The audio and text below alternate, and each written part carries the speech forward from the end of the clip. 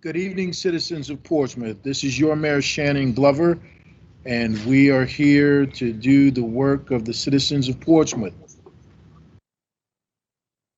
I'd like to call this meeting to order, and in accordance with Governor Ralph Northam's declaration of a state of emergency due to the novel coronavirus, Executive Order 51 on March 12, 2020, and the local declaration of emergency ratified by Portsmouth City Council, and due to the coronavirus pandemic, which is continuing in the Commonwealth of Virginia. This called meeting of the Portsmouth City Council is being held by video conference on the 26th day of January 2021 without a quorum present in the City Council chamber in order to reduce the likely spread of the coronavirus in accordance with City Council Ordinance 2020-21 and 2020-102. Each City Council member is participating from their home or other remote location, and I am in the City Council chamber. Once again, welcome to all my colleagues. And Madam Clerk, would you please call the roll? Yes, sir. Mr. Barnes. Present. Mr. Battle. Here. Mrs. Lucas Burke. Here. Mr. Moody. Here.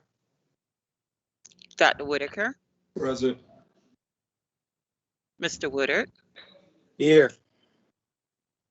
Mayor Glover. Here. Thank you, Madam Clerk. Yes, Mr. sir. Pace, are you prepared to proceed with the work session? Yes, Mayor, I am. Mayor, Vice Mayor, members of City Council, per your request and because of inquiries made during our most recent Economic Development Authority meeting, Mr. James Wright, City Engineer, will give you a report back on Portsmouth Public Utilities water connection and infrastructure. Mr. Wright, just for your information, we'll come back at a subsequent meeting to provide an engineering update, but we felt that because of the interest of the utilities piece, we felt we need to do this presentation for you tonight. Mr. Wright. Good evening, Mayor, Vice Mayor, members of City Council. Next slide, please.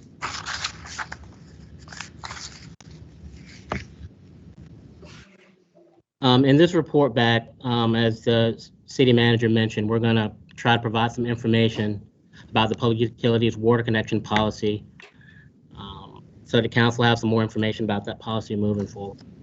Next slide.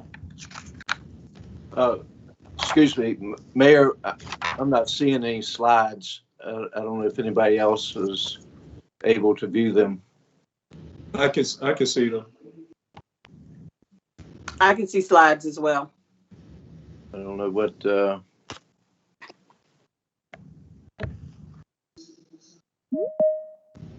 You can continue. Okay. In water distribution systems, both system components and operating procedures dictate available flow and pressure within the system. The design, operation, and maintenance practices vary from one water system operator to the next. No two systems are alike. Design considerations and operational requirements are unique to each water distribution system.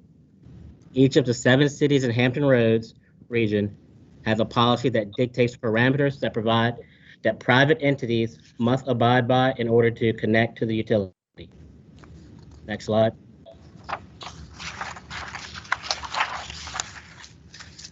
So this slide shows some of the characteristics of a water distribution system, focusing mainly on water system demand and flows and pressures. Water availability fluctuates over time.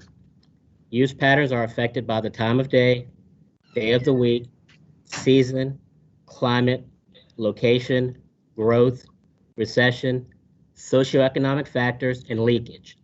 These patterns affect demand within a community, which directly impact water availability and flow. Next slide, please.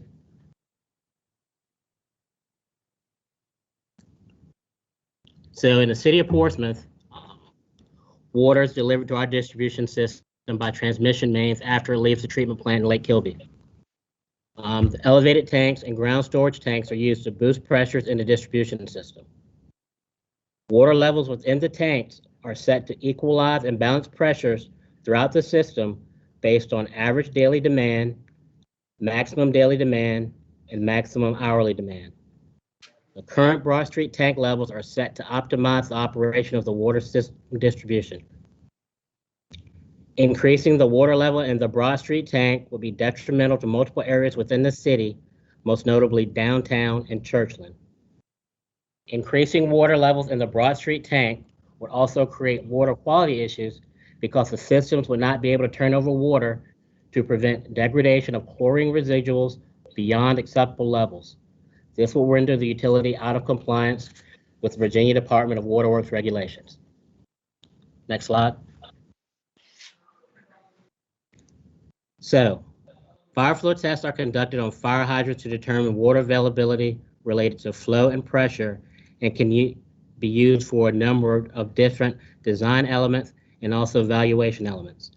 This water data is used for water system planning and design. The data is also used to simulate high flow conditions to determine pressure and flow producing capabilities of the water distribution system and for calibration of hydraulic models. Next slide. So, most developers use a 2-hydrant test to evaluate the water supply in order to do their design for their fire suppression system. This information is used to predict flow rates and residual pressures considered for the water supply for general use and for fire sprinkler systems. Flow is measured at one hydrant, pressure is measured at the other. This test provides pressure and flow data at that single moment. Next slide, please. However, there are some issues with relying solely on hydrant data. Note that data used for design of fire protection systems should attempt to replicate the actual water supply system conditions during peak demand and account for various factors that impact normal system operations, such as water storage tank levels, and tuberculated piping. So tuberculated piping is basically the chemical reaction that takes place between the water and the pipe, where the pipe over time, the circumference inside the pipe decreases as those materials build up inside the pipe. Traditional fire flow tests cannot account for the multiple factors as mentioned above that are necessary to account for system fluctuations. Next slide.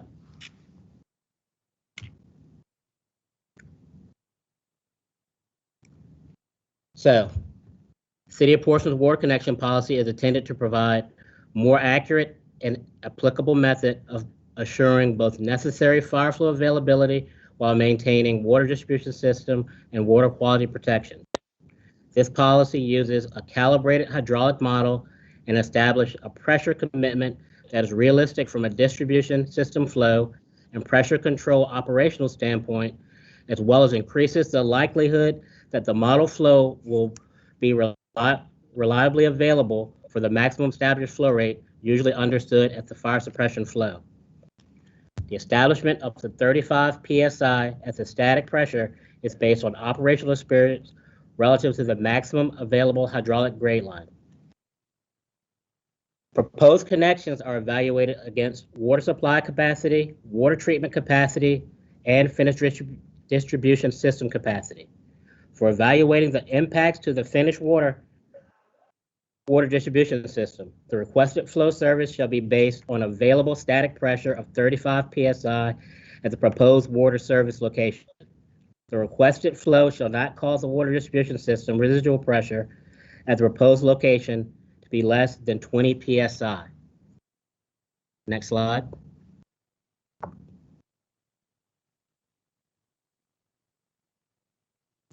Hydraulic models use mathematical equations to determine pressure and flow at certain points within the system.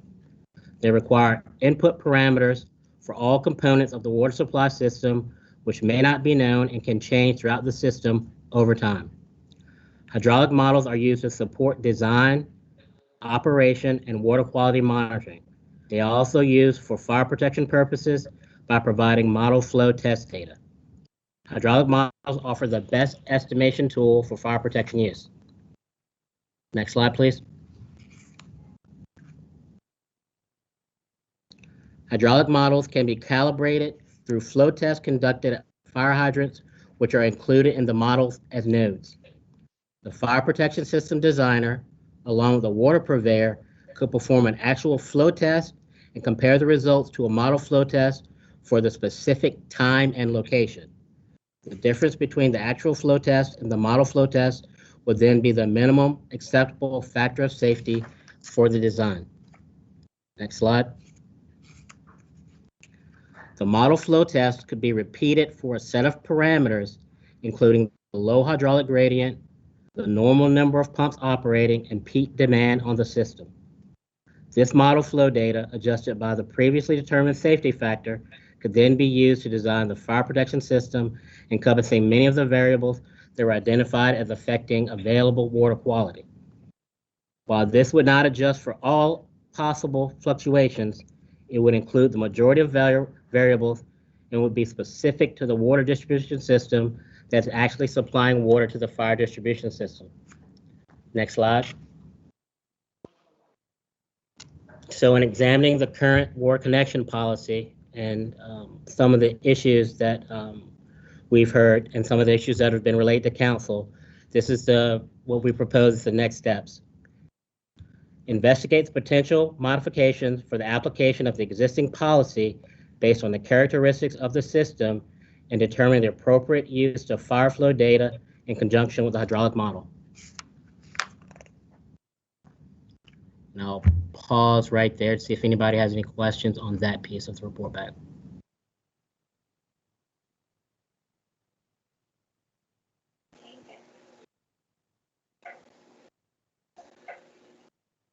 Yes, sir. So in essence, what you're saying is that this system is designed to do exactly what it's doing. And if we need more pressure, we're going to have to make modifications to the system. In general, in the most general terms, yes, sir.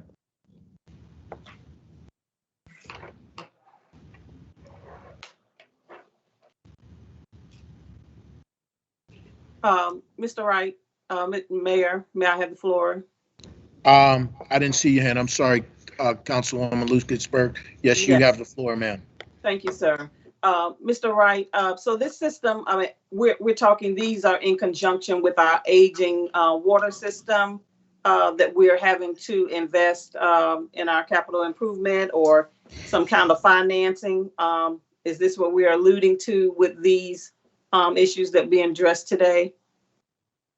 In general terms, yes, ma'am. So you have a system that in excess of 70% of your water distribution system is at the end of its useful service life. The majority of the system is at least 70 years old. So at the time that the system was designed, you didn't have some of the developments with some of the intensity and higher levels as far as multiple stories that you have now with the older system. And as I mentioned earlier, with the tuberculated pipe, so your 10-inch pipe of a certain age may only be functioning as an 8 or 6-inch pipe. So you're not getting that original pressure from that line. So as the former previous director had indicated before at your city council retreat, there is significant investment that needs to happen to bring their utility system up to your current modern day standards, similar to what's just recently happened with phase 1 and phase 2B or 2A of the downtown master utility project. Great. Thank you. Are there any other questions for our city engineer?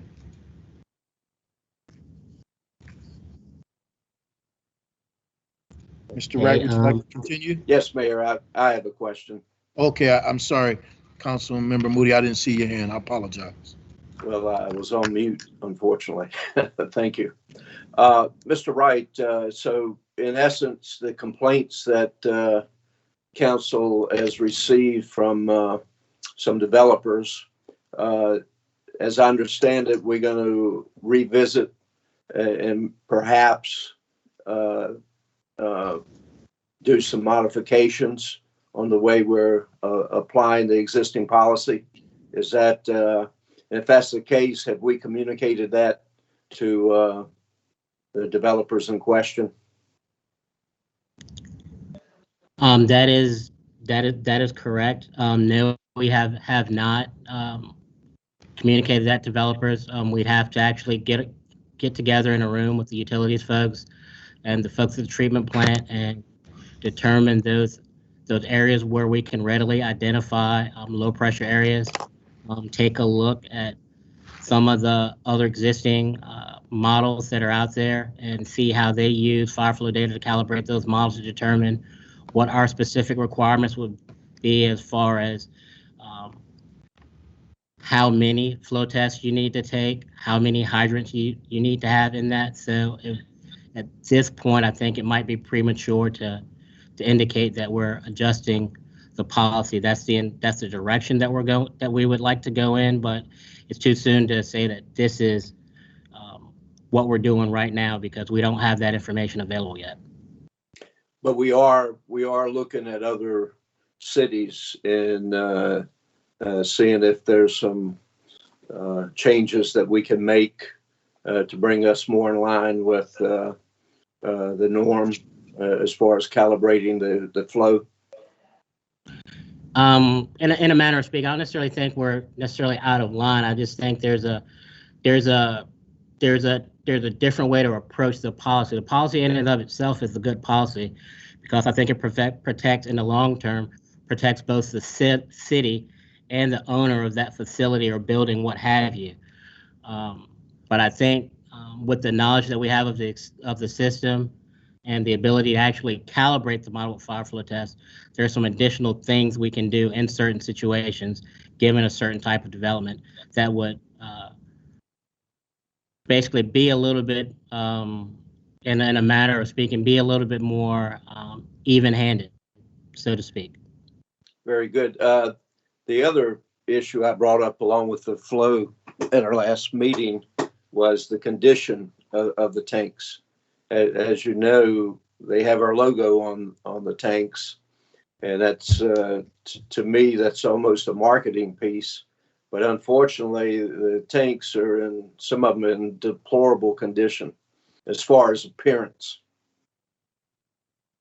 So that's actually in the next slide. Oh, okay. Thanks. I have one more question.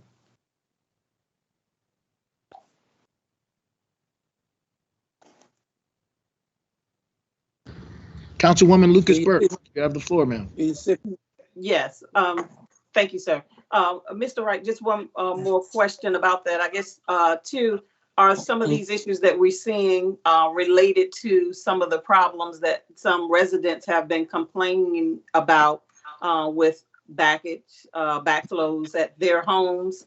And then second part of that question is some of the work that is being done, is this covered under our capital improvement plan, or these funds that we're going to have to finance some other route? So I'll start with the first one. If you're mentioning the backups in the houses, that's sanitary sewer and not water.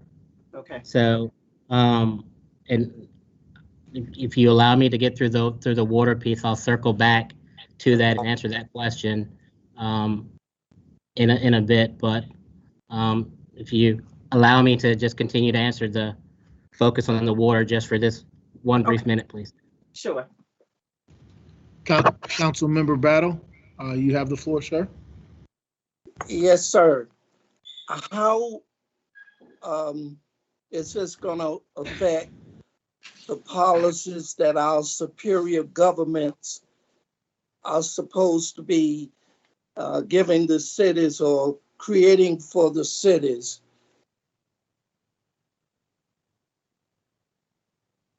I'm not sure I understand the question, sir.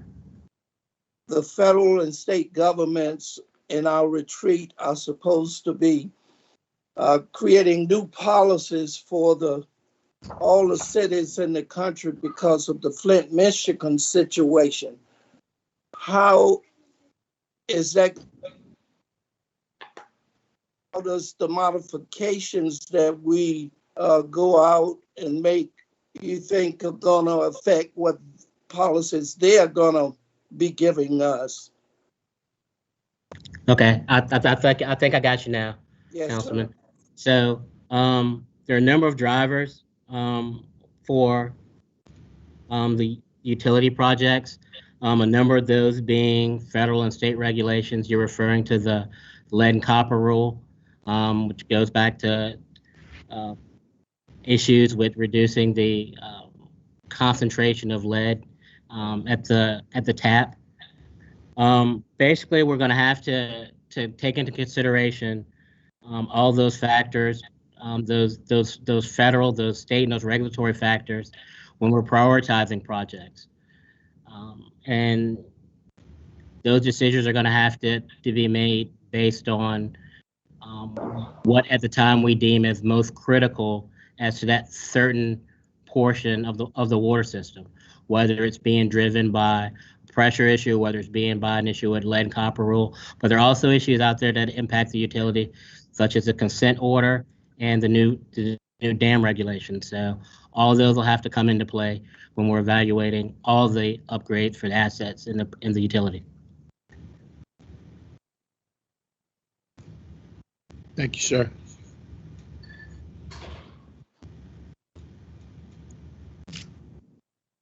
So next slide. So the elevated tanks. So we're currently evaluating options to provide better operational controls for water distribution systems.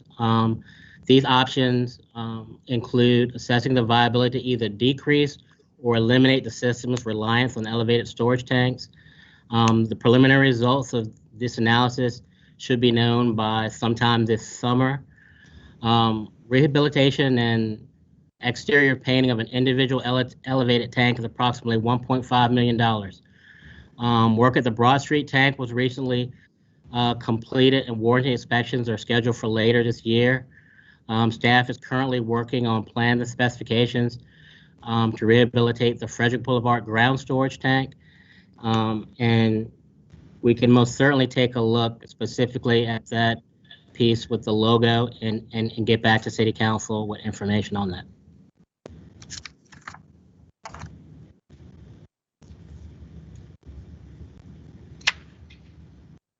Next slide. So this here gets a bit to the Councilwoman's question about sanitary sewer blockages. The Department of Public Utilities has a comprehensive sewer cleaning and CCTV program to remove blockages and identify areas for preventative maintenance. A sanitary sewer asset prioritization study for the rehabilitation and replacement was completed in 2017. 63 sanitary basins were evaluated and ranked using a risk probability model. There are significant challenges facing the city with funding these projects. Next slide.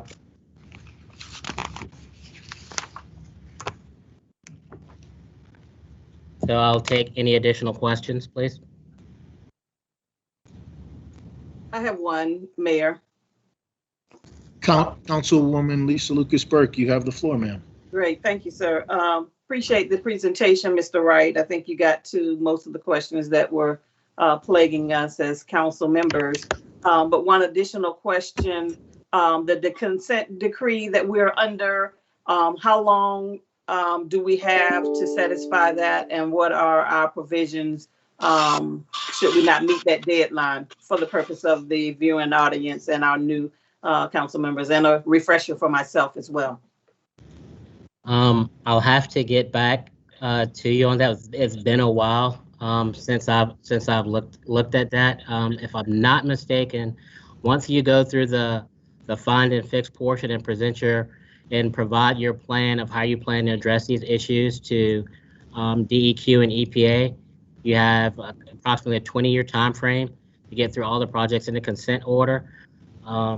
What has happened in the interim, though, because of the region being in the same boat, They've been working with HRSD to basically modify basically the plan, so to speak.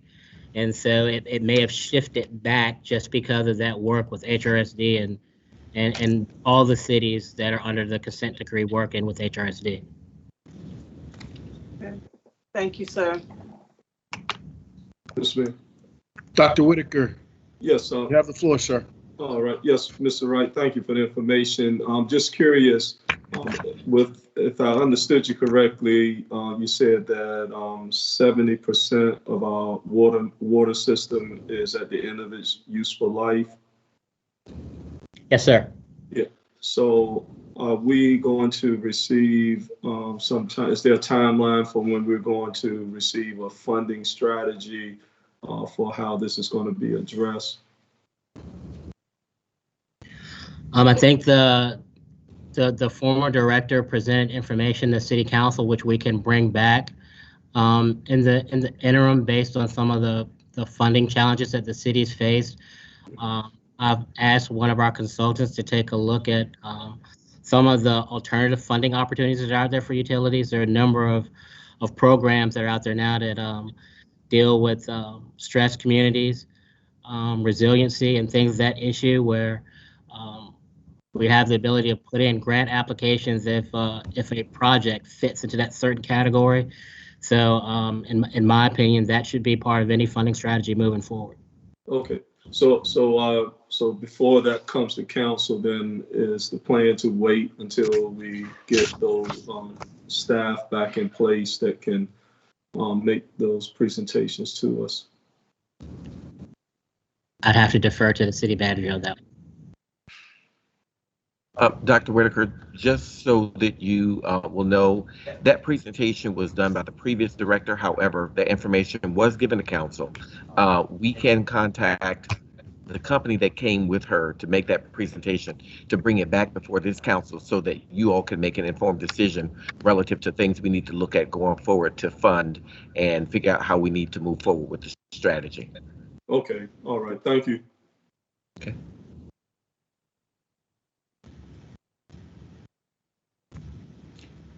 Are there any other questions from my colleagues on council for Mr. Ray?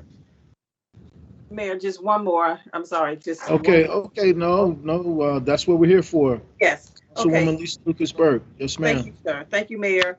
So if we had 70% of our usage at the end of our life, and we do provide water services to some other cities, some other localities, how does this impact our ability to sell or distribute that water to those other locations? It does not.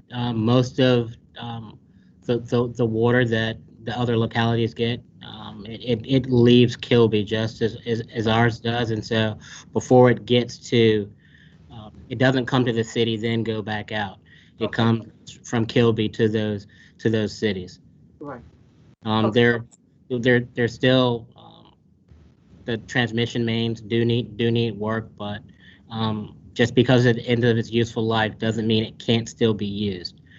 You have to continually monitor and assess and make those corrections and adjustments where needed. Great. Thank you. And Mr. Wright, can you speak also to update my colleagues on council on the water treatment facility improvements that we did at Kilby? I had a chance to tour that facility, and based upon what I saw, we are doing a good job of managing that resource. But as stated by Mr. Wright, there still is a lot of infrastructure work that will need to be done. So there were multiple phases in the filter project. And I assume that's what you're talking about to It is. the filters. And so the filters are in and operational, producing high quality water. They're working on the UV component and some other ancillary components to that. Hopefully by the end of this calendar year, they will be complete in total with that project. But that is one of a number of projects that we need to undertake at the treatment facility. Thank you, sir. Mr. Bates. I do Okay, have one more slide. Mr. Woodard. Oh, Mr. Woodard, Councilmember Woodard, you have the floor, sir. Hey, all right, appreciate that. Thank you, Mayor. Mr. Wright, I just want to ask one more question. I think it was a lot of great questions, but do this have any effect, that restriction in our pipes, do have any effect on our water quality? No, we don't have any issues. We have monitoring throughout the system, and we don't have any issues with water quality that I'm aware of. There's a test report that's provided weekly, and the last report that I saw didn't indicate there were any issues with water quality. Okay. Thank you. Thank you, Mr. Wright. Space? Mr. Moody had a question. Oh, okay. One- Councilmember Moody. Thank you, Mayor. Mr. Wright, one more question. Would you say that the current condition of our water system is due mostly to deferred maintenance or just normal wear and tear? I would say it's a combination of both. As I presented at the retreat, the American Society of Civil Engineers does an infrastructure report card every year, where they basically grade the infrastructure across the nation, water, wastewater, and drainage systems across the board, across the nation. We're at D or worse, so we're in the same boat as our neighbors in the region, our neighbors in the state, and the rest of the country. It's one of those things where typically, because of the expenditure that's involved in a wholesale upgrade of a neighborhood or an area, that those are items that are typically done on a find and fix or an assessment or something breaks only, and it takes a significant plan to go through, and it may be years before you get to the end of that plan. Thinking back to your capital improvements when you were doing, when we were doing the neighborhoods, we got through the Truxton, the North Truxton neighborhood with drainage, water, and sewer upgrades, but it took 20 years to get through that neighborhood. That was just one of a number of neighborhoods that needed work done into it. So that's the type of investment and the type of task you have in front of you. Thank you. Mr. Mayor. Yes, Dr. Woodard, you have the Mr. floor, Wright, sir. Mr. Wright, I'm just curious, based on what you were saying about the American Society of Civil Engineers report, has there been or is there any lobbying at the federal level by that organization? And also, is there some figure that they have nationwide that they're using to show the amount of federal funds that could be utilized to address this issue? They lobby every year. They advise all of their members to lobby every year at the local, state, and federal level.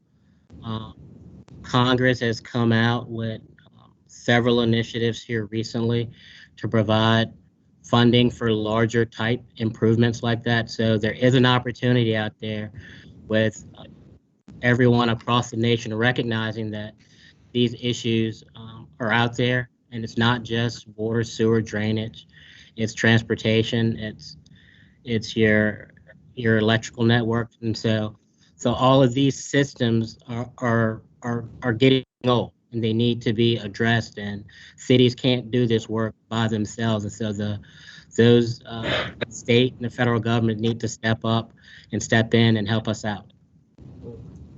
Thank you. Thank you, sir. Mr. Wright, are there any other questions from my colleagues? Do you have another slide? That's right. Yes. So at last year's city council retreat, we moved forward with 2 master plans, one of which being the master plan at City Park. So the consultant has done a lot of the assessment and the background work, and had interviews with members of the past city council. But this is basically a notice that we'll have the first virtual public meeting for the master plan, where people will be able to see some of the work that's been done, and the first chance to provide input of what will be multiple chances to provide input on the master plan moving forward. So we're gonna put this information on the city webpage. I saw the flyer today, and other city media platforms, and also the consultant will be advertising in the paper this upcoming Sunday. And Mr. Wright, Mr. Mayor. Yes, Dr. Whitaker, you have the floor, sir. Just so I'm clear, this is it says City Park Master Plan. This is a master plan for what? The master plan to determine how City Park is going to look, function in the future to serve the needs of the citizens, current citizens, and citizens in the future. So what needs to be done as far as, does it have the right mix of amenities out there? Do any amenities need to be added? Who used it? Could it be used more? Things of those nature. Okay.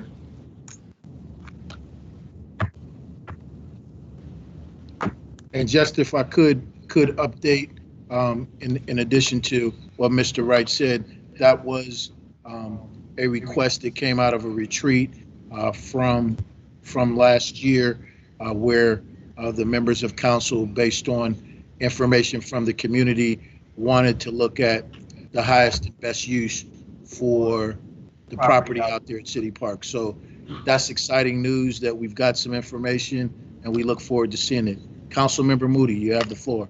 Thank you, Mayor. I would like to request, perhaps at our next meeting, if there's consensus, to have an update on the Churchland Bridge on the northbound lane construction and demolition. And I think going forward, while it's in that phase, we probably should do that periodically, just to keep our citizens informed. That's a point well taken, sir. And I'll ask Mr. Pace if we can bring that back, and with a consensus.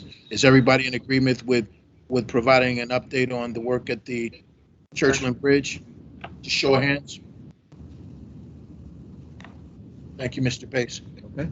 Mayor, we, just so you know, in Mr. Wright's, we had planned to give you that update tonight, but we felt that its information relative to the water flow was more important, based upon having received several questions about it. So we will reschedule Mr. Wright to come back to give an update for not only the Churchland Bridge, but some other engineering projects that are currently going on as well.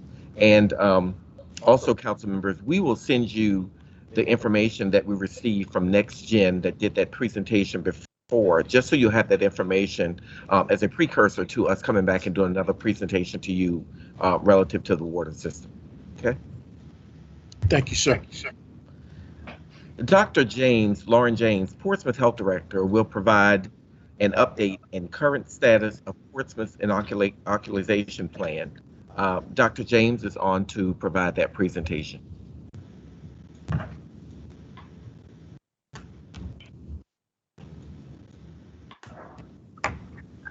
I'm sorry. Can you all hear me? Yes. You can? Okay. All right. We can go ahead and start with the slides. Y'all have my slides?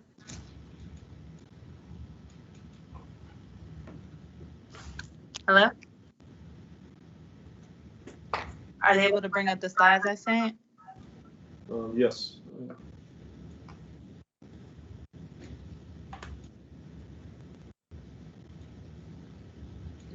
Dr. James, they're going to bring them up in just 1 second.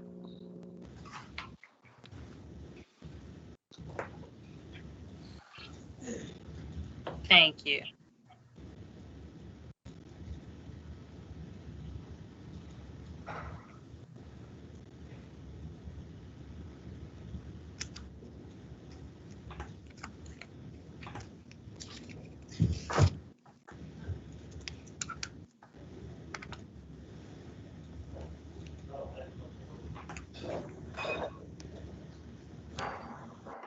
She there?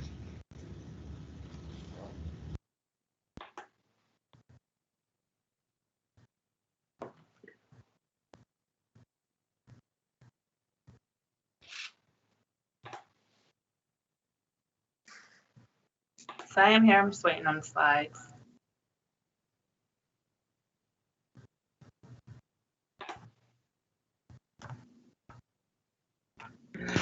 Council members, we're going to reload that presentation. If Mr. Pace could take this opportunity to talk about the Parks and Recreation item, and we'll come back to Dr. James in just a second. Okay, Mayor, Vice Mayor, and members of City Council, last week I emailed you a report back relative to reopening of recreation centers. Mr. Mark Palmachuk, Director of Parks, Recreation, and Tourism, is available to engage you in discussion relative to the feasibility of providing recreation centers in this pandemic. Is Mr. Palmachuk on?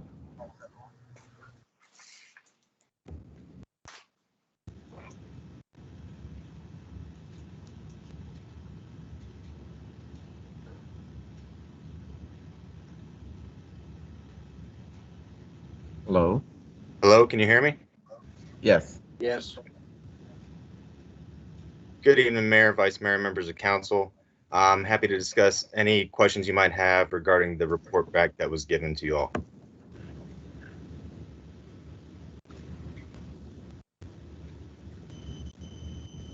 Are there any questions for Mr. Palmachuk at this time from our colleagues?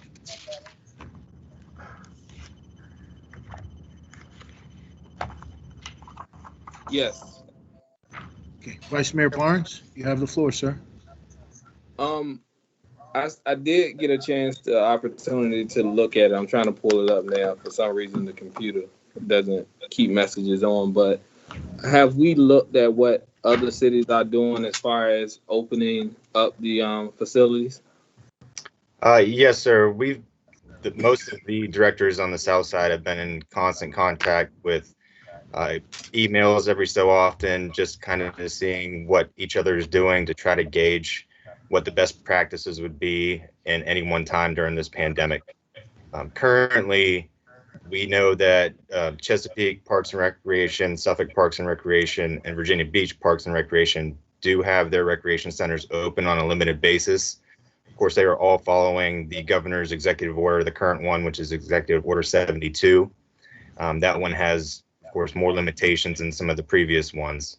I believe Norfolk also was following that order as well for a time, but due to the recent uptick in cases in our region, have closed for a temporary basis.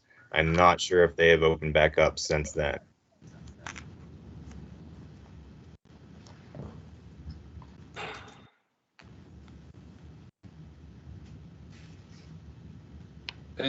And for, I'm sorry, Mayor, do I have the You still have the floor, sir. Okay.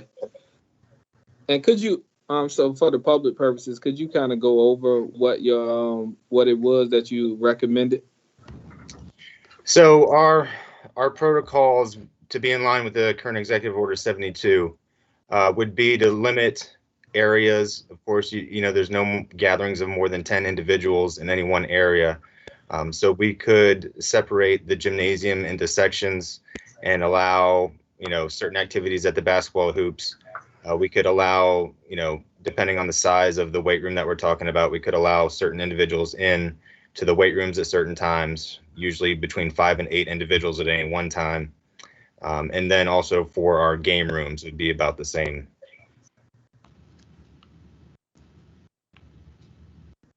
Now, I know that for instance, we said we would not be offering like 5-on-5 basketball, the cheer program, the dance program, and boxing. What I've noticed in Virginia Beach, one of the things that they've been doing is they have been offering a basketball program. Is it any way based off the recommendations from the governor that we could do the same thing and also open up some of the other programs as well? To my knowledge, no city is offering basketball leagues of any kind. The only basketball that I know that is going on other than just shooting around at the hoops would be basketball clinics. And that is something we could do. We've actually recently reached out to some of our partners that have helped us put on those clinics before. So it is something that we could do to do like the basketball skills clinics in order to still maintain physically distant. And my last question, I know we was talking about being limited with as far as people with the tag to sign in. For those who received their tags last year, is that still good for this year, given that for most of the year they weren't able to use it? Yes, sir. Anyone that had a valid membership as of March of last year, I believe it was March 16th was the date when we finally closed down, those would still be valid. So basically those would just put on a freeze for that time period. Okay, thank you. I have a question. Yes, Councilwoman Lisa Lucas Burke, you have the floor, ma'am. Thank you, Mayor. Mr. Palmachek, I know that Ms. Lauren, Dr. Lauren James is going to give us a presentation on the inoculation plan. And I know we can't require any staffing to take the vaccination, but will any of this information relative to the governor's executive order number 72 be related to staff and possibly some citizens receiving the vaccine? We relay all the information to staff to make sure they're aware of what is current. And, you know, of course, we can't mandate it. We do encourage staff to take it. Of course, you know, people have different thoughts on the vaccine, and that's okay. I'm personally scheduled to take it tomorrow, and I can't wait, to be honest with you. But yeah, I would encourage anyone that can take it to take it. Sure. And I did ride by the Sportplex this morning, and I saw that there was long lines of people, even in the rain, waiting to receive that vaccination. So that's a good thing. Hopefully, we can start to see more numbers, and maybe Dr. Lauren will have information in her report about that. Thank you. Yes, ma'am. Dr. Whitaker, you have the floor, sir. Yes, good afternoon, Mr. Palmachek. Has there been any collaboration or discussion with the school system in regards to, as you know, the athletes are not able to participate in sports. However, there are some athletes who are using the video in order to show their skill sets, basketball, weightlifting. And I'm just curious, is that a conversation that we've had with the school system since their schools are closed? And that's usually a one-on-one type thing where a coach is videotaping an athlete, and that videotape is then streamed to college coaches instead of them having to come and interact. Has there been any conversations on that level? No, sir. The only conversation we had was, you know, back around November timeframe of looking to see if we could offer our basketball leagues, which do take place in schools. Some of them do. But we have not been approached by any school members asking if they can use any of our facilities for that purpose. Would that be something that the city rec would be amenable to, athletes using the gyms just to prepare videotape to send to colleges? I think we would be open to that as long as we can do it safely, schedule the times to limit contact with outside public. Okay, all right.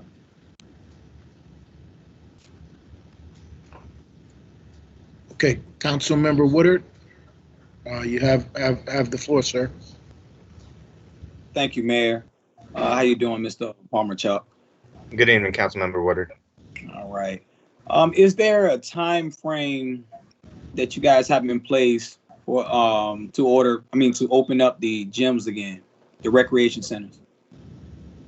Currently, there is no time frame.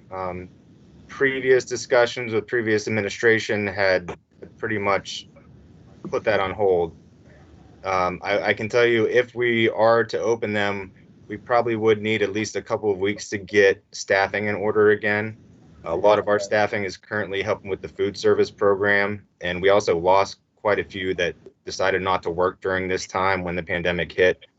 Some have underlying health conditions which didn't feel safe coming into a place where the public is going to be allowed. Okay. All right. Thank you. Thank you, sir. Mr. Pomachek, this is Mayor Glover. I do have a question. Based on the restrictions and limitations to come into the building for recreation, are there any recommendations that your department is providing to the community as a whole to still engage in recreational activities without the facilities?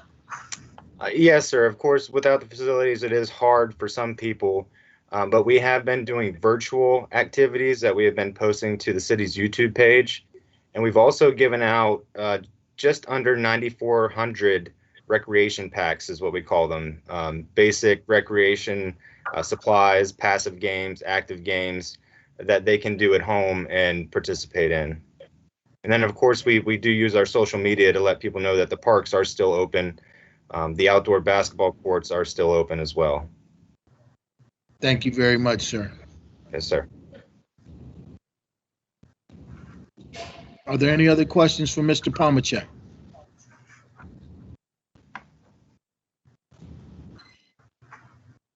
Do you see my hand, Mr. Mayor? I can't see you on my screen, Mr. Battle. Oh, I apologize. Sometimes the screens don't show up, just so you all know. I'm not trying to disregard your request, sir. You have the floor, sir. Mr. Pomachek, in the near future, we're going to introduce a plan to the council for implementation. It's going to be a fairly diverse plan. It'll include recreation and other services in the community, but recreation will be at the forefront of it. Of course, it will have to be approved by the council, but that is the intent of a couple of the council members at this time. Yes, sir. I always welcome feedback. Mayor, I just have one question to Mr. Pomachek. Councilwoman Lisa Lucas-Burke. Thank you, sir. Mr. Pomachek, the basic recreation packs, how were they distributed? Through schools or through neighborhoods or requests? How was it determined who got the basic recreation packs? There were several criteria we used. One is we went back into our database of customers that we've had over the years and contacted them ourselves. We also, with the food program, especially this summer, we were out delivering meals in the neighborhoods. So we would give out the recreation packs at the same time when we would deliver the meals.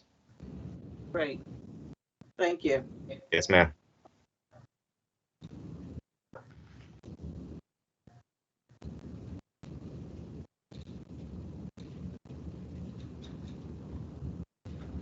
Thank you, Mr. Pomachek. I have a question. Oh, okay. Is that Vice Mayor Barnes? Yes, sir. Okay, sir, you have the floor. Thank you, Mayor. I know we are definitely concerned about our safety, but I'm also very concerned about the safety of our children right now because a lot of them don't have anything to do and is a result into them losing their lives. As you know, today we ended up losing another child in the Westbury area. So I wanted to know if we could possibly put something in place where we're trying to work on opening up our rec centers in the near future. I know you said you had to get the staff and stuff together, but I'm hoping that more so now that we can put that plan together so that we can get this started. Because it seems like you have a good protocol, what you're trying to go through. I just want to make sure that our kids are getting something to do so we don't have to continue these murders that's happening in our city. Because right now, as you know, when kids don't have anything to do, they find something to do. And schools are closed, the rec centers are closed, a lot of activities are closed. And now we see what that does to our children. So I know this is probably more so directed to the city manager as well, but if we can open our centers and open our activities sooner than later, that would be greatly appreciated, because I think our children would definitely benefit from it. Agreed.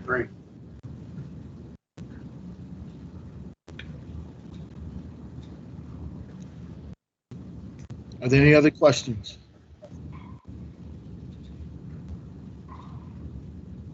Thank you, Mr. Pomachek. Thank you. Mayor, Vice Mayor, members of City Council, Dr. James is ready for a presentation.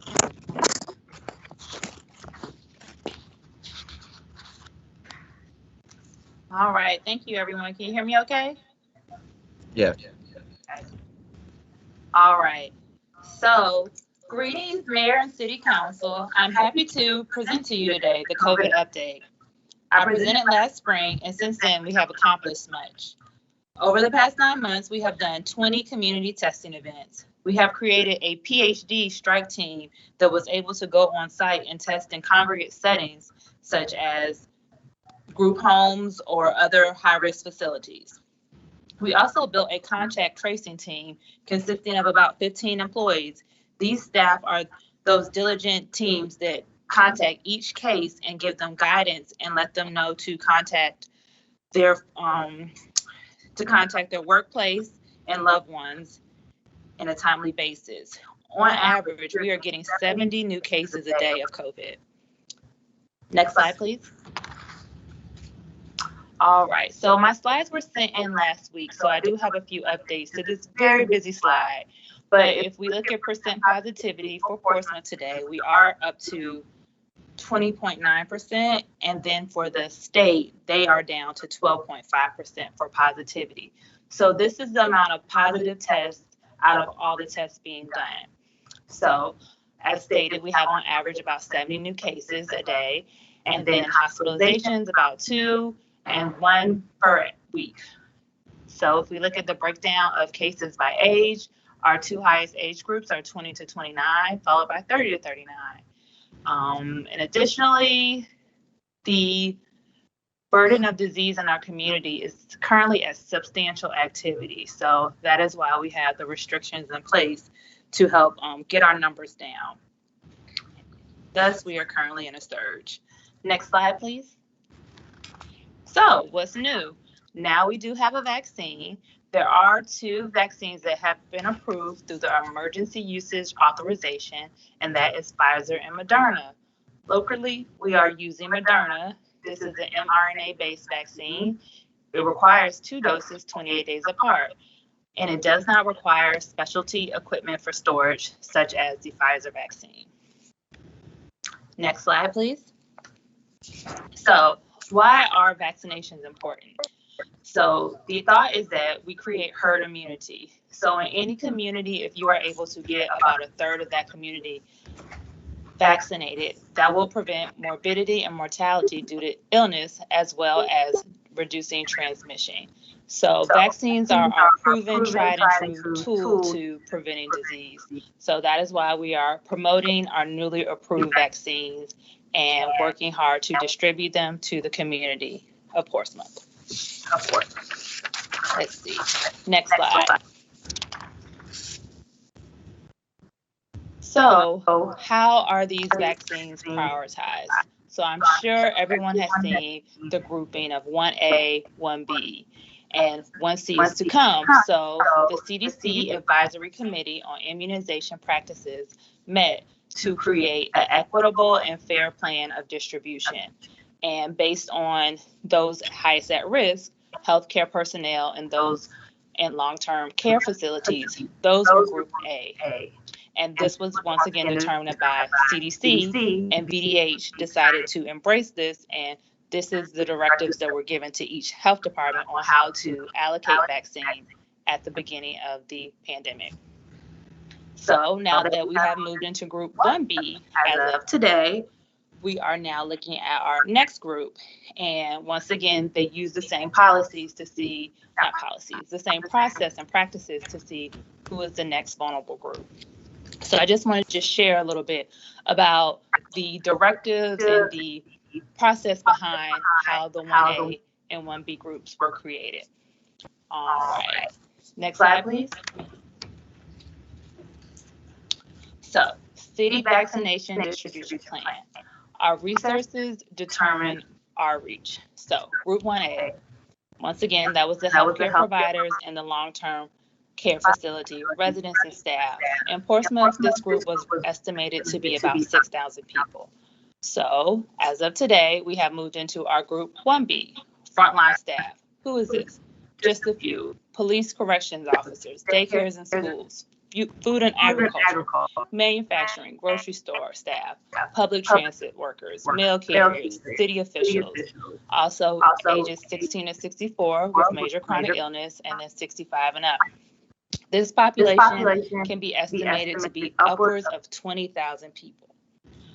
So who can vaccinate? Hospitals can vaccinate, health departments can vaccinate, our pharmacies can vaccinate, as well as our local community providers. So the Portsmouth Health Department, starting this week, has a capacity to vaccinate about 1,200 people per week. So if we look at the amount in this group, 20,000 people, it will take time. We have to work through it. But the more we continue to partner with our hospitals, our pharmacies, and our local providers, it expands our capacity, because the health department, unfortunately, at this time has a fixed capacity. But we have had several beneficial partnerships that have allowed us to expand our capacity. Our first week, we were only able to do about 2 days.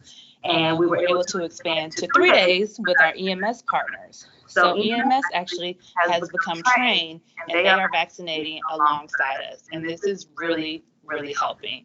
And we hope to continue to expand through partnerships such as those.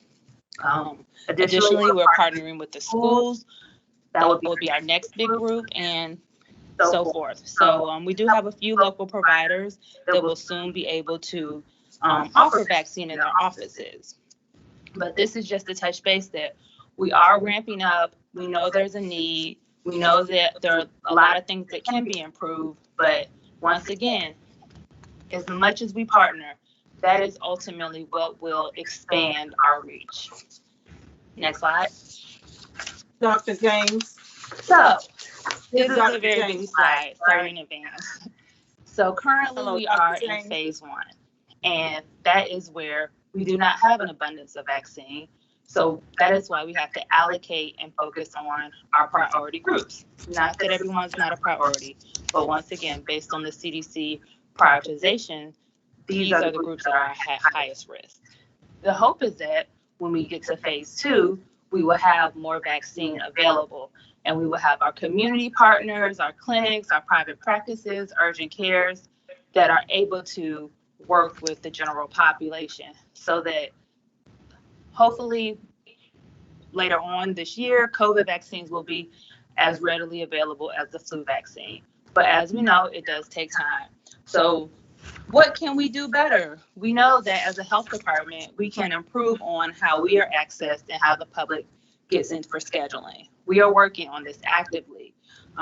We have had over 2,000 calls this week, and anyone who left a voicemail or email, we are working on contacting. We also know that a regional and a local hotline are being facilitated, and we hope to have those up and running in the next week or so. So today we had our vaccine clinic, and we were able to offer 400 vaccines.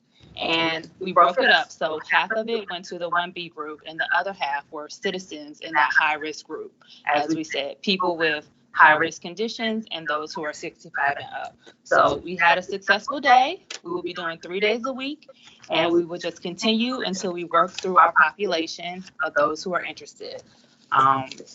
Next slide, please. So on ending the presentation, we are still in surge. Vaccinated or not, we still have to follow what we know works. Wear your mask, social distance, avoid large gatherings, and then, wash your hands. And please participate in contact tracing and quarantine. No one wants to get a call from the health department, but when you get a call, please answer, please be polite and kind, because we are only trying to help you protect those who you care about and those in the community. So with that said, I will end my presentation and see if anyone has any questions or comments for me.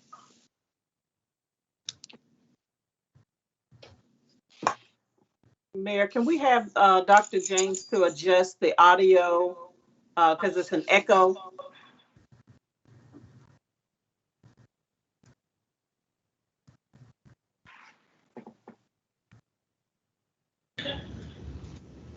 Council members, do we have a question? Yes. Dr. Whitaker, you have the floor, sir. I think Mr. Moody had his hand up first. Okay. Mr. Moody, Council Member Moody, you have the floor, sir. Thank you, Mayor. Thank you, Dr. Sorry, I Whitaker. didn't see you. Dr. James, thank you for the information. It's always good to get updated. I'm having calls from senior citizens wanting to know how do they get on the list to get vaccinated.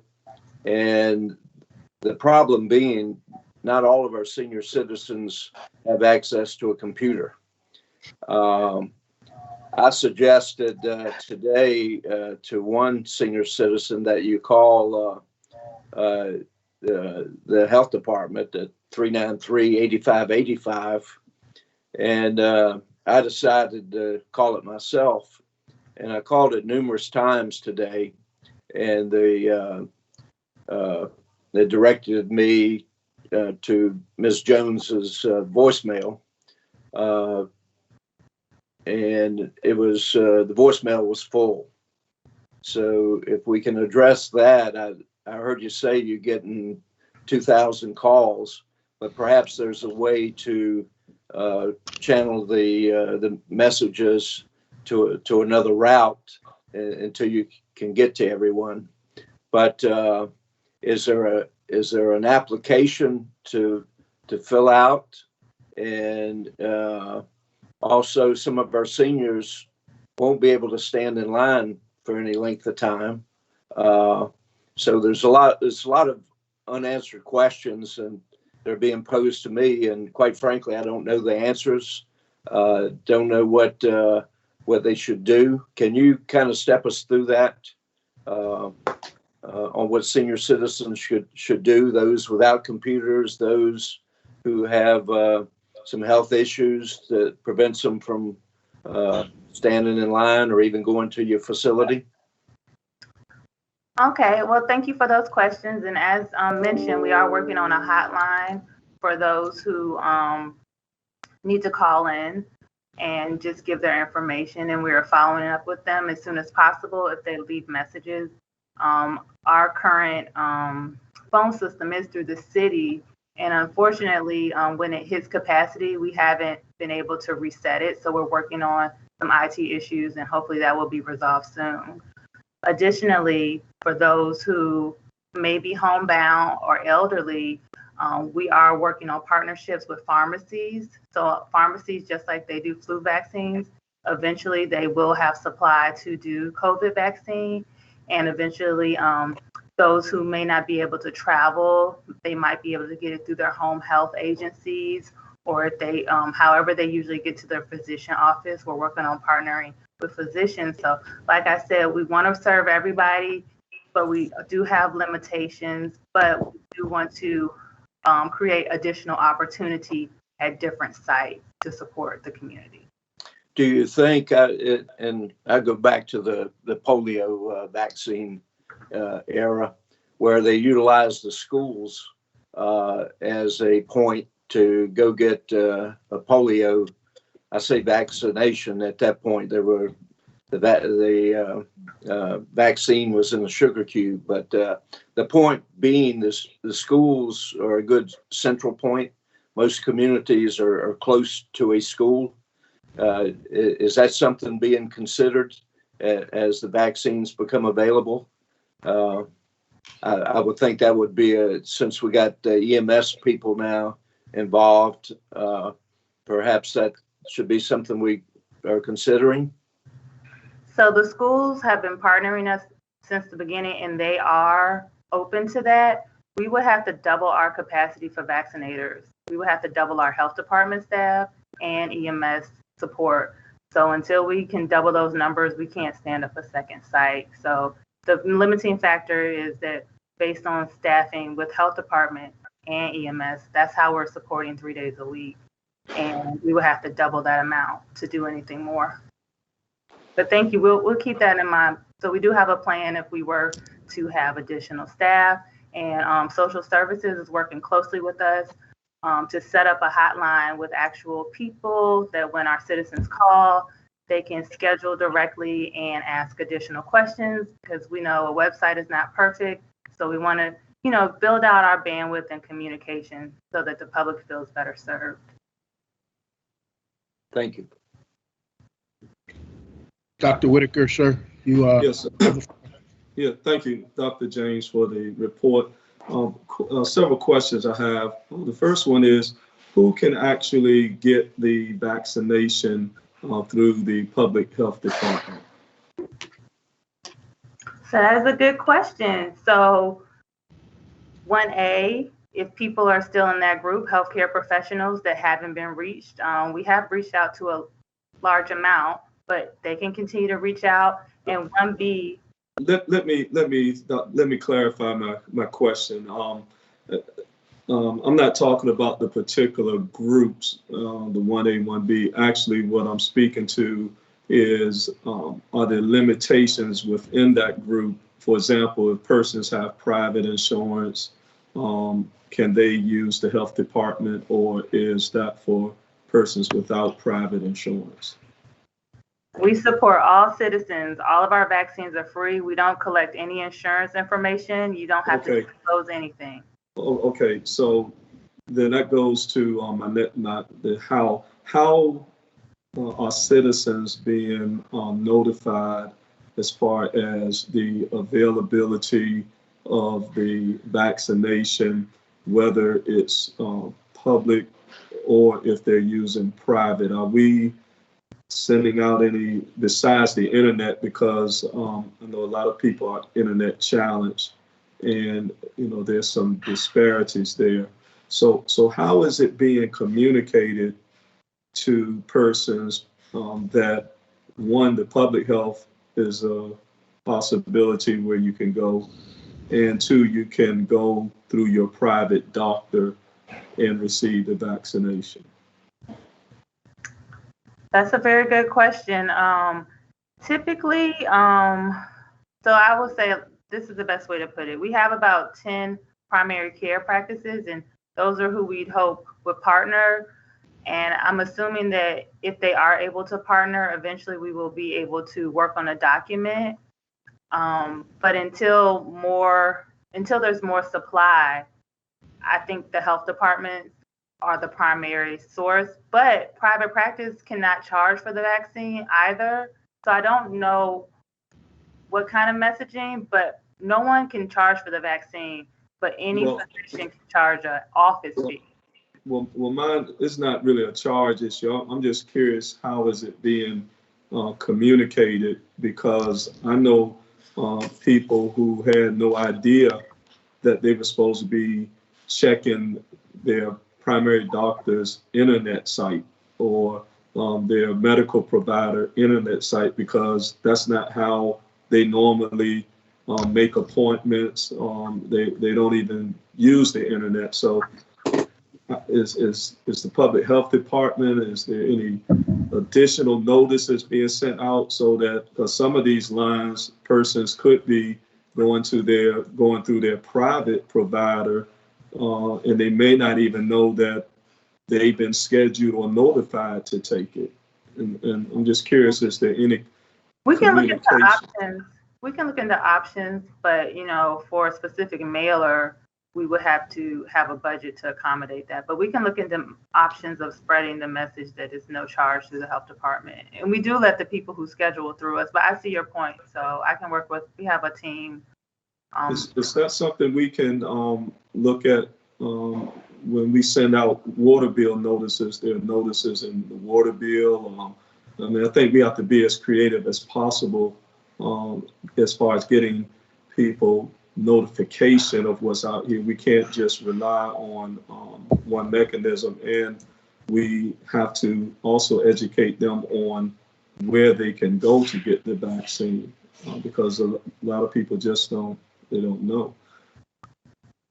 And so I'm throwing it out here to city manager, that we have to be creative with our public health department in getting this message out, because the population that is experiencing significant disparities across the country is the makeup of our city, and not to overlook any others, but it is a reality. And so I'm saying we need to be as creative as getting the message out. Also, I have gotten some concerns about the process of registration. That has been a very tedious process. Is there any means that can be streamlined so that persons can be assisted with that registration process? So as I discussed earlier, we are working with social services to staff a hotline so that people could call in and ask specific questions and schedule as well. Okay. And so, and then to follow Mr. Moody's point, so is it the reason why there's just one location, that's because of a staffing issue? Yes.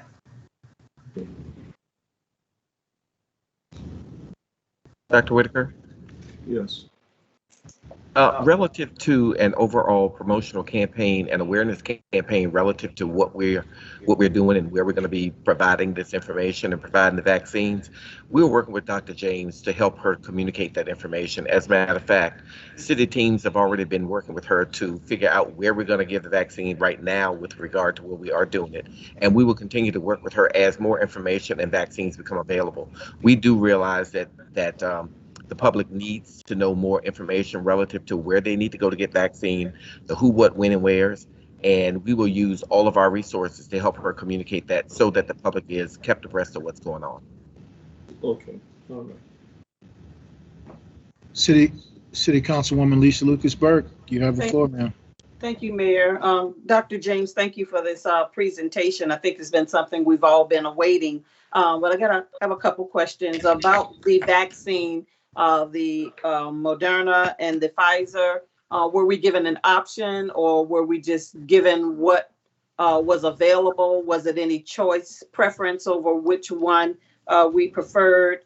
And then also for the phlebotomists, is there any way that I know that staffing is an issue, but are we as a city able to maybe do a hiring option where we're looking for phlebotomists to just help in this distribution process? And my last question is that I know that the target areas of 1A, 1B, and 1C have targeted 6,000 people and 20,000 people in the second. We don't anticipate reaching all of those people, but what is our average that we can vaccinate based on the groups that we have set and the amount of vaccines that have been provided through us through the, I believe you said our choice has been the Moderna.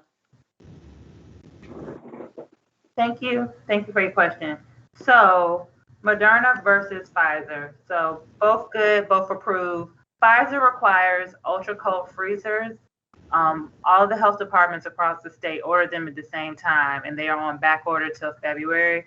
To my knowledge, none of the health departments in our region have these freezers. So that is why we could not get Pfizer. So we're working with Moderna because we can store that appropriately. It's either a refrigerator or a freezer, so no specialty equipment. So it's not a matter of, you didn't say this at all, but it's not a matter of better or good. Okay. They're both good. Vaccinators. So vaccinators would be helpful. As of now, we might have a pool of 10 vaccinators. And then you have to remember, we are all human. People get sick, people have COVID, that takes them out of the rotation. So to stand up another team, we would have to get probably 10 more. We have tried to hire, there have been some limitations, but anywhere that additional support can happen, we are open to it. And can you repeat your last question? I mentioned about the different categories, the 1A, the 1B, and the 1C, where you mentioned that there are 6,000 people in category A and 20,000 people in category B. I know that the amount of Moderna that we have been provided will not cover all of them. So I wanted to know the number of people that we're vaccinating on any given period of, I guess during the week or during that period.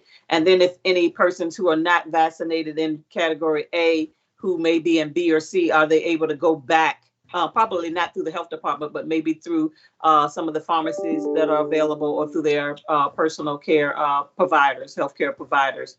And I know that we're using the Sportsplex right now. That's our only site. So, yes, ma'am. So, based on the current category and our current site, we're able to do 1,200 a week. So that's our goal that we're trying to get as close to that, and that is what we've been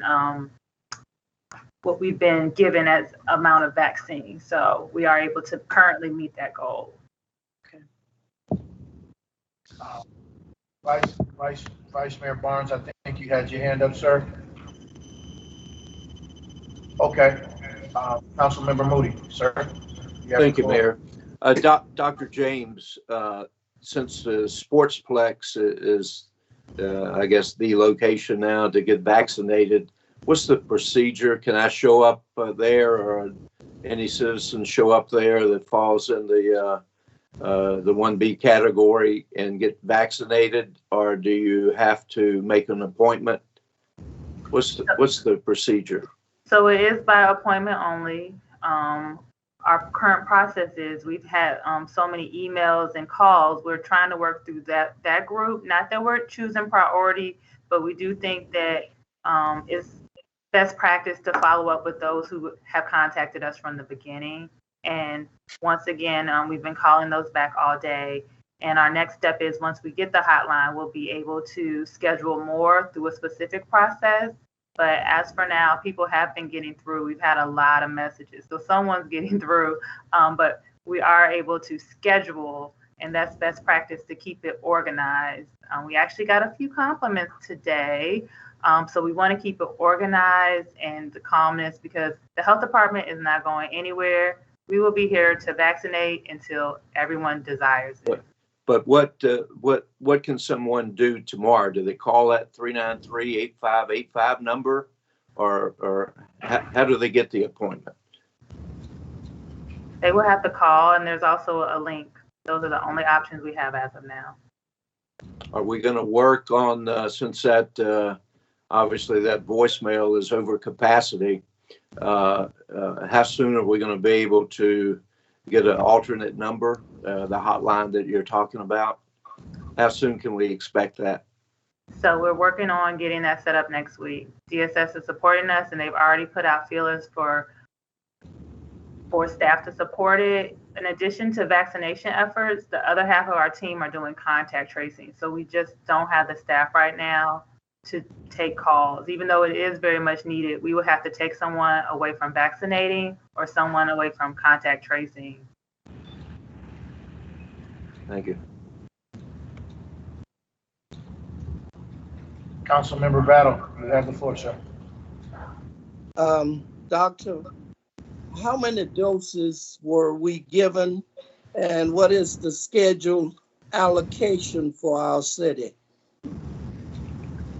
So at the beginning of the allocation process, we requested based on how many we could distribute. So as of now, we've been given what we can distribute. They are changing to a population-based distribution process. And those numbers are yet to be announced, but we do receive vaccination weekly. And currently we do have enough to support our vaccination events. How many have we been given at the onset of this program?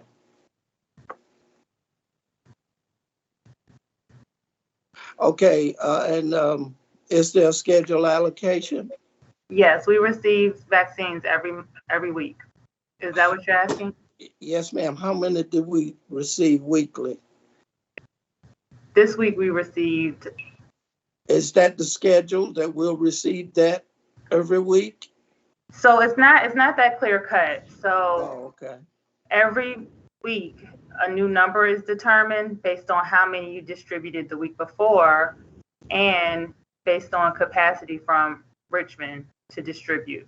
How many have they given us for this week? For this week, we have 1,200 for our vaccination event. So you can do 600 and do 600 28 days from now. Well, we do 3 days a week. We're planning to do 400 on each day. I'm unsure where the number 600 comes from. Yes, ma'am. Thank you. Ms. Lee. Vice Mayor, you have the floor. Just one question. So I know that it's two different shots. Are they the same? Both of them? 2 doses? Yeah, I'm sorry, 2 doses. Are they the same? Yes, that's a good point. They are the same. And if you compare it to the flu vaccine, so the average flu vaccine, when you get the first one, is 60% effective. And so it's the same thing with Moderna. When you get the first vaccine, it's 60% effective. And how they got that amazing number of Moderna being 90% or more effective is that second vaccine. So although I have personally received my first vaccine, we still have to mask and, take precautions. And once you get the second vaccine, you'll be up to 90% efficacy on not getting COVID, but you still have to continue to mask and practice safe habits. Thank you. Thank you. Dr. Whitaker? Yes, so Dr. James, if we've just been allocated 1,200 vaccines, look like a week, then how is it going to be for persons who need to take the second shot? How is that being coordinated with persons who haven't had the first shot? Well, we're working on that. We so far have a good plan for the first few groups, but we most likely will have to expand to an option of a weekend. So you don't have to get them exactly 28 days later, but we plan to look at our capacity during the week to fit the second dose group in, and we may have to offer things on the weekend, but we are brainstorming now. We are good for our first and second. The way to put it is our first few groups were really small, and that's not going to be an issue, but I do think we have to figure out additional bandwidth. Right. So how would, if persons can't get through on the line, what's the plan for how they would register for their second shot if they're not being able to get through for the first shot? So they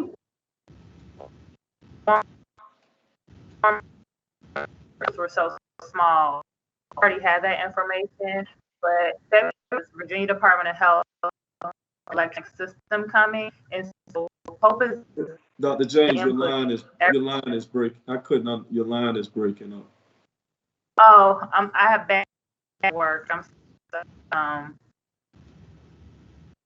Yeah.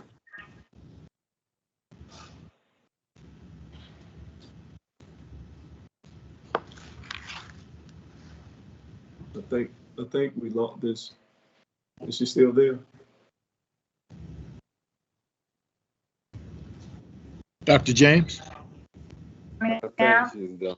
Oh. Dr. James? Still here.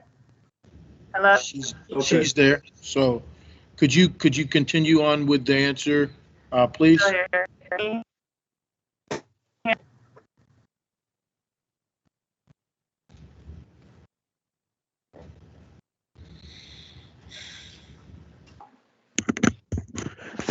Council members, I think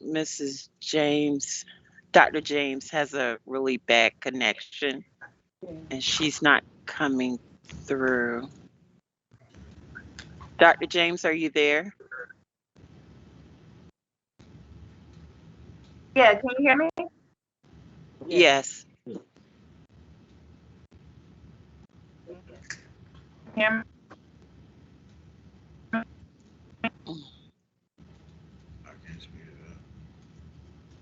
I heard. Yeah. Dr. James, you have a really bad connection. And Yeah, I'm on my computer, so. Yeah. Dr. James, can you call in versus trying to come in by computer?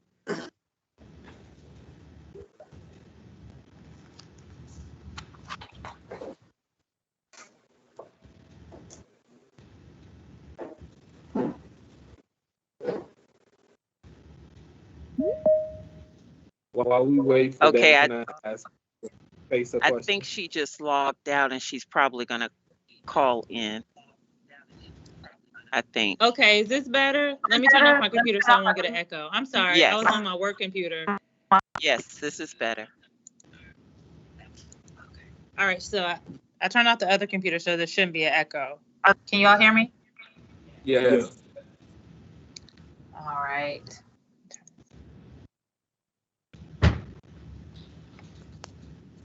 Okay, I'm sorry. Where did we leave off? I apologize. So Ms. Jane, basically what I'm asking is based on the numbers that you said the state is sending us each week, and you have persons who will be expecting to get their shots within 28 days, but we still have persons who have not received their shots. Is there a plan in place for how these persons who are going to get the second shot, how do they register or call in? Yeah, so number one, we're supposed to get a new Virginia Department of Health purchased a new database where we have options that we can go and backload our people who have already received it so they can get an appointment. We'll also have the hotline, and we're also going to have to open up additional days, most likely weekends, where anyone who has received a vaccine with our health department can follow up and get their second dose. And we do have a window. It does not have to be exactly 28 days, but we are working on multiple methods. And we do plan to put something on our website so that people know they can contact us or come to the events to participate and get that second dose. Okay. So they'll get some type of notification of their scheduling, or do they have to schedule that themselves? How does that work? Well, ideally, when we get our new database, they should get some type of email. What if they don't have email? So then we will have to call them. Okay.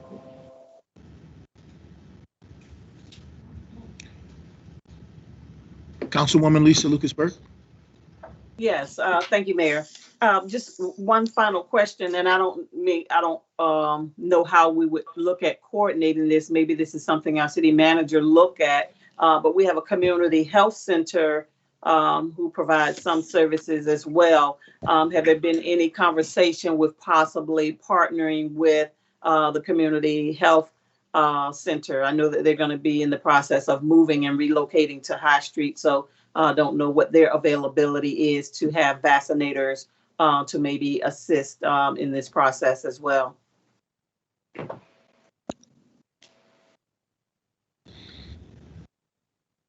So I do know that the community health center, they just finished vaccinating their staff.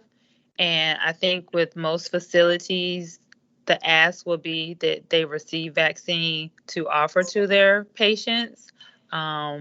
But if they have additional staff to support our events, that would be great. But, you know, it would be on a voluntary basis. They would have to volunteer to offer that. Mayor, Vice Mayor, City Council, if it is your pleasure, I can give Ms. Willis a call to ask her relative to vaccinators and if they're available to help with the effort. Very good. Are there any other questions for Dr. James? Thank you. Thank you, Dr. James. All right, thank Mayor, you, Vice everyone. Have a good evening. Excuse me? Mayor, Are we good with the questions, or did I miss someone? I have one question. This to Mr. Pace, if I can ask it. Absolutely. Sure.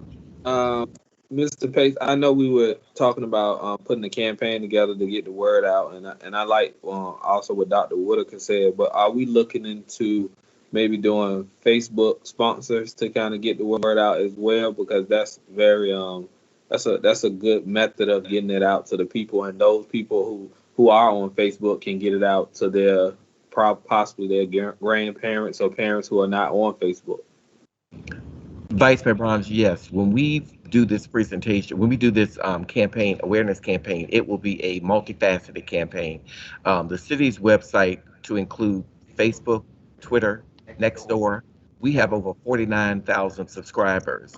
And so we are able to get that information out and also purchase advertising to ensure that the information is circulated in the realm in which it needs to be. So yes, we will make sure that that is taken care of. Thank you, sir. Councilmember Battle. Yes, sir. You have the floor. It appears that our advertisement and our distribution are not matching. And when the distribution and the advertisement don't match, you're going to have a lot of glitches. So yes, it's good to make folk aware and do the advertisement, but we don't have the distribution to match the advertisement.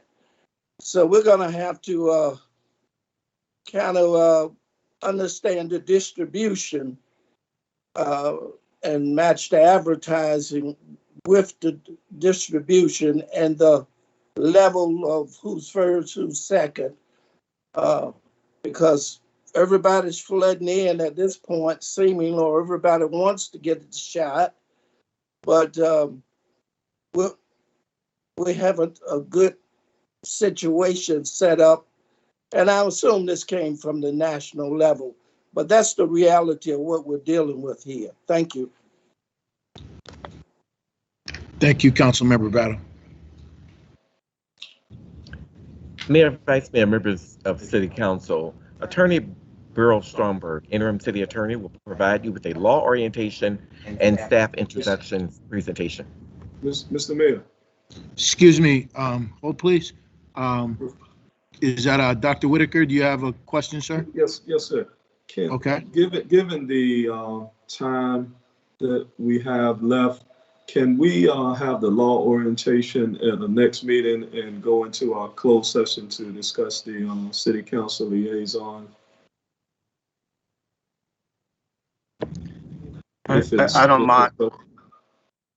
I certainly don't mind doing the orientation, the law orientation, and my staff introductions at another meeting. I'm very concerned, though. I do need to go into a closed meeting to discuss a possible settlement of the Virginia International Gateway Marine Terminal real estate tax cases. And the case, there's been two cases, but the second case is scheduled in Portsmouth Circuit Court for February 8th. We've been negotiating with VIG, and we need your blessing or consensus to move forward with settlement negotiations and perhaps settle these two VIG cases that have been going on for about 6 years. I'd much rather go in a closed session and do that than do the orientation tonight. Do we have time to discuss VIG in closed session? Yeah, Mr. Mayor, Mr. Mayor, that's yes, fine because you have the floor. That's fine because I was going to ask if Mr. Stromberg could be in the closed session for our liaison discussion as well. So that's fine. Okay, so can I get a consensus that everyone's okay with that? Very good. So if we could at this time, we do have a need to go into a closed session. So if Madam Clerk, you would read the motion. Yes, sir. There's a move to go into closed electronic meeting pursuant to Virginia Code subsection 2.2-3708-.2 A.3 and 2.2-3711, A.1, and City Council Ordinance 2020-21, and 1 Virginia Code subsection 2.2-3711A1 for the purpose of discussing and considering prospective candidates for and appointees to boards and commissions, and 2 Virginia Code subsection 2.2-3711A.8 for the purpose of consultation with legal counsel employed or retained by the public body regarding specific legal matters requiring the provision of legal advice by such counsel, specifically regarding pending litigation matters on the city attorney's general report. Do we have a second to the motion? So moved. Second. Madam Clerk, would you call the roll? I can, sir. Mr. Barnes, Yes. Mr. Battle, Yes. Mrs. Lucasberg, Yes. Mr. Moody, Yes. Dr. Whitaker, Yes. Mr. Woodard, Yes. Mayor Glover. Yes, we're in closed session.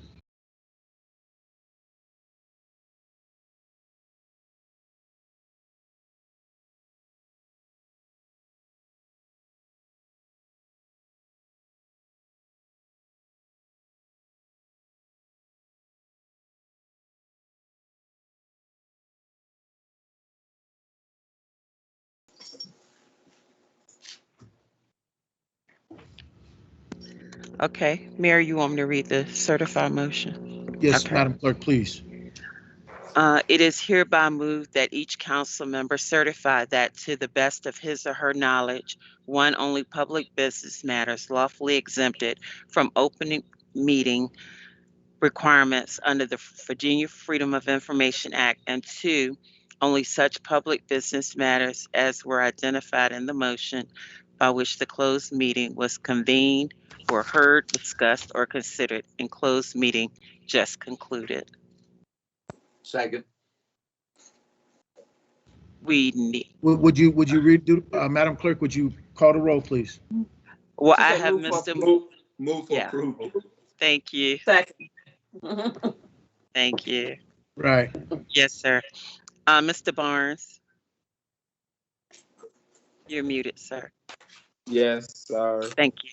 Mr. Battle, Yes. Mrs. Lucasberg, Yes. Mr. Moody, Yes. Dr. Whitaker, Yes. Mr. Woodard, Yes. Mayor Glover. Yes. Thank you. We will start the meeting up in 2 minutes.